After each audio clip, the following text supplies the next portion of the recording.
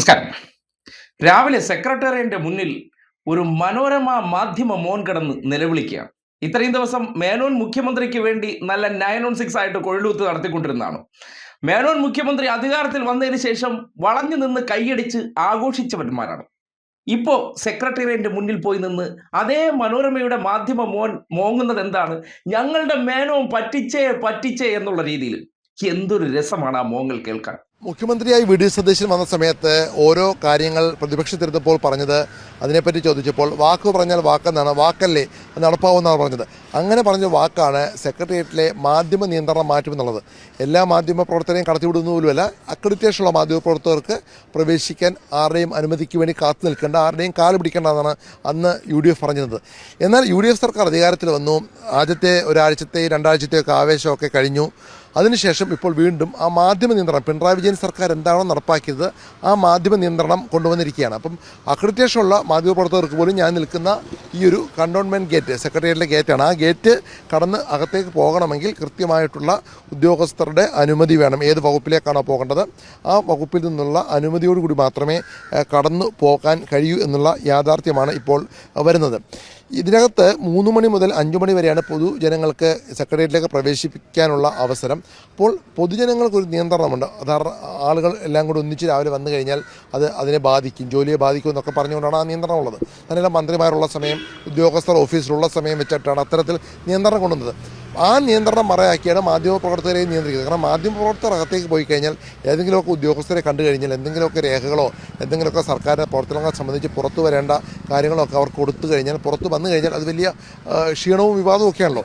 അത് കണ്ടുകൊണ്ടാണ് നേരത്തെ പിണറായി വിജയൻ സർക്കാർ അത്തരത്തിൽ മാധ്യമ നിയന്ത്രണം കൊണ്ടുവന്നത്. ഈച്ച പോലും കടക്കരുത് എന്നാണ് അന്ന് പറഞ്ഞത്. അതെല്ലാം മാറ്റുമെന്ന് പറഞ്ഞു വി ഡി സതീശൻ സർക്കാർ വരുമ്പോൾ. പക്ഷേ സംഭവിക്കുന്നത് പഴയ ചരിത്രം ആവർത്തിക്കുകയാണ്. വീണ്ടും മാധ്യമ നിയന്ത്രണം തുടരുകയാണ്. ഇപ്പോൾ എങ്ങനെ ഇതിനകത്ത് മാറ്റം വരുത്തും, ഇപ്പോൾ ഇത് സർക്കാർ വീണ്ടും പരിശോധിക്കുമോ പരിഗണിക്കുമോ എന്നൊക്കെ ഇനിയും അറിയേണ്ടിയിരിക്കുന്നു. ആണോ മോനെ? മേനോൻ മുഖ്യമന്ത്രി അങ്ങനെ പറഞ്ഞോ?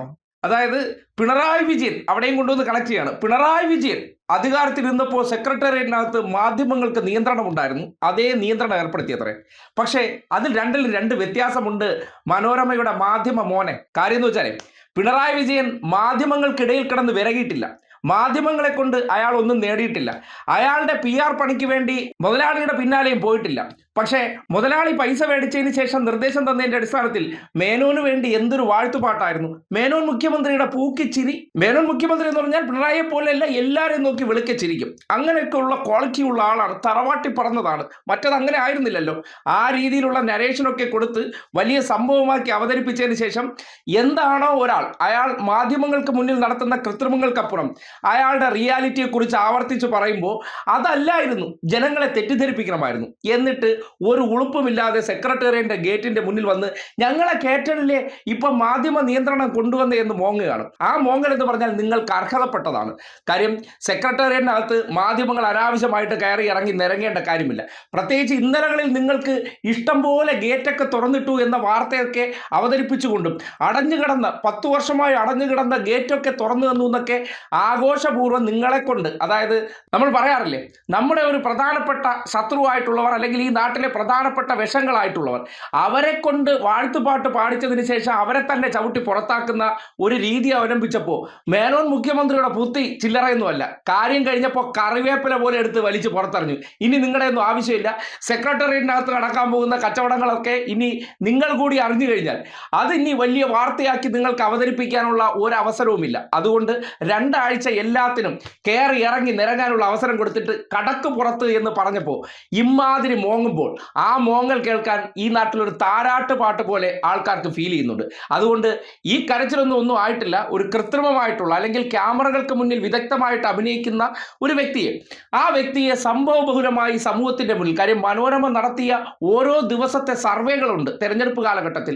ജനപ്രീതിയുള്ള മുഖ്യമന്ത്രി, ജനപ്രീതി ഇല്ലെങ്കിലും പണം മേടിച്ചുകൊണ്ട് വലിയ സംഭവമാക്കി അവതരിപ്പിച്ച് അങ്ങനെ ഒരു വ്യക്തിയെ ആ കസേരയിൽ ഇരുത്തിയതിനു ശേഷം സെക്രട്ടേറിയറ്റ് പടിക്കൽ പോയി നിന്ന് അതേ മേനോൻ മുഖ്യമന്ത്രി കേൾക്കാൻ വേണ്ടി ഇങ്ങനെ മോങ്ങുമ്പോൾ നാണോ മാനോ ഉളുപ്പോ ഇല്ലേ എന്ന് ഈ സമൂഹം അങ്ങോട്ട് ചോദിക്കും.